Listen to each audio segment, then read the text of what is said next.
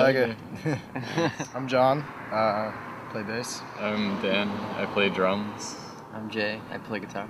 We live in Cambridge actually, and it's just outside Boston. What, going on 4 years now, maybe?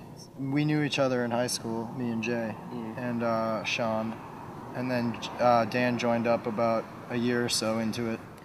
I'd say style-wise, I mean, it started out with an idea of what we wanted to be like, you know, bands we admired, things like that. It's been a trip for everyone. Moving different places, experiencing different things. Yeah, I think it's just like a big melting pot of all of our influences.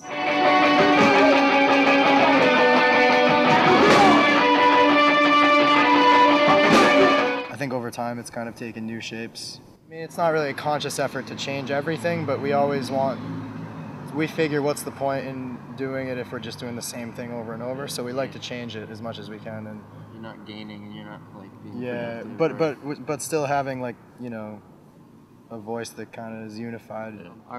We had a demo, I think, which was more like a CD. It had like 10 songs that we don't play anymore. And then we met Dan through the first record we did because he offered to put out a 7-inch for us, and eventually in time he became our drummer. Yeah. We wrote a full length after the 7-inch, and then we did a split with our friends, They and the Children, who you might have seen at Fest. After that, we did a live record with at the studio that we've recorded all our material at with Will from Ampere, and it was with Death to Tyrants and Wasteland and Ampere. Yeah, I mean, I would say that, like, when people ask me what kind of music we play, I'd say, you know, it's a punk band. Because, I mean, I think punk can loosely be defined just by, like, the ideas that go into it, the style, the sound. It doesn't have to, you know, conform to, like, one brand of punk that people might think of. You take on board, like, the cheap shows, all ages, that sort of... Yeah, it's kind of a rarity that you saw us here tonight, actually, because usually we don't usually play like shows with age restrictions. Tonight was like a 21+ show, I think, and it's usually just like houses. Like if we go on tour, this whole summer, we're doing 25 days that are just at people's houses and squats or art spaces and stuff like that. So. And that's actually usually the way we prefer it. Yeah. Because it's just intimate. It's more intimate. It's more intimate. You get to talk to people and you get to play on the floor with them.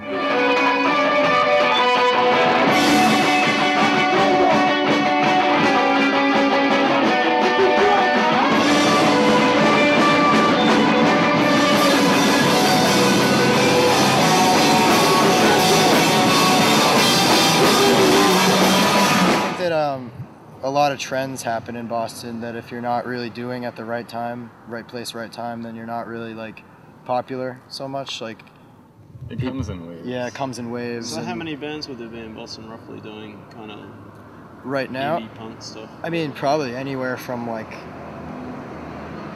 30 to 50 at any time, maybe. I don't know. I mean, you get a lot of kids that are like going to Berklee School of Music.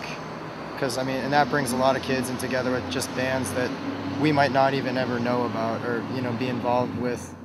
You don't really ever know who there could be 50 bands in Boston and you wouldn't ever know. Yeah, like sometimes, I mean, you can be walking down the street and you'll see a flyer that looks like it's for a punk show or something. Like, I haven't heard of any of those bands, you know? Like in Boston especially, a lot of shows are just kind of word of mouth or just posted online and you just kind of go to them. It's really tough with spaces coming and going. Yeah. But I don't know, it makes everything fairly inconsistent, and I mean, shows can be booked and canceled immediately, and nobody even knows about them. And it's, you know, it's tough sometimes. Yeah.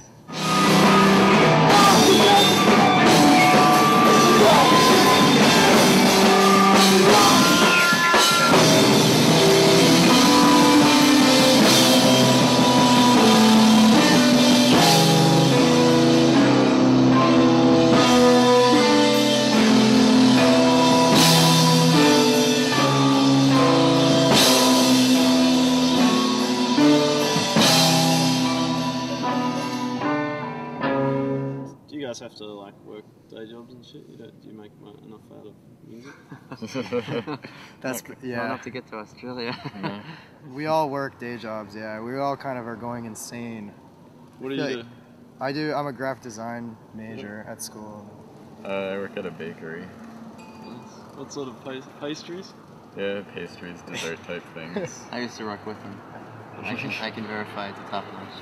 But So what are you doing now then? I work with kids during the day, and I go to school. So one more year of undergrad. Oh yeah. You certainly got I'd say the first thing we'd probably be doing would be Europe, because our friends in Ampere, they've done it several times now, and they've just said how great it is, and how the guy that they've been put in touch with has been really good to them and helped them set up the whole tour and all that. And so that seems like it'd be the first logical step. I would love to get to Australia though. Yeah. That would be awesome. I know. Yeah. It's one of Seems the like just the past few months, all you guys started getting in touch. Yeah. Yeah, it's I've actually our always eyes. wanted to go to Australia just to begin with, just to go there. Yeah. It's nice the band sort of, it just like makes you feel like you're doing the right thing, and like we all want to just like tour all over the place, and I don't think any of us would let us, or like we wouldn't let our day jobs get in the way of any of that.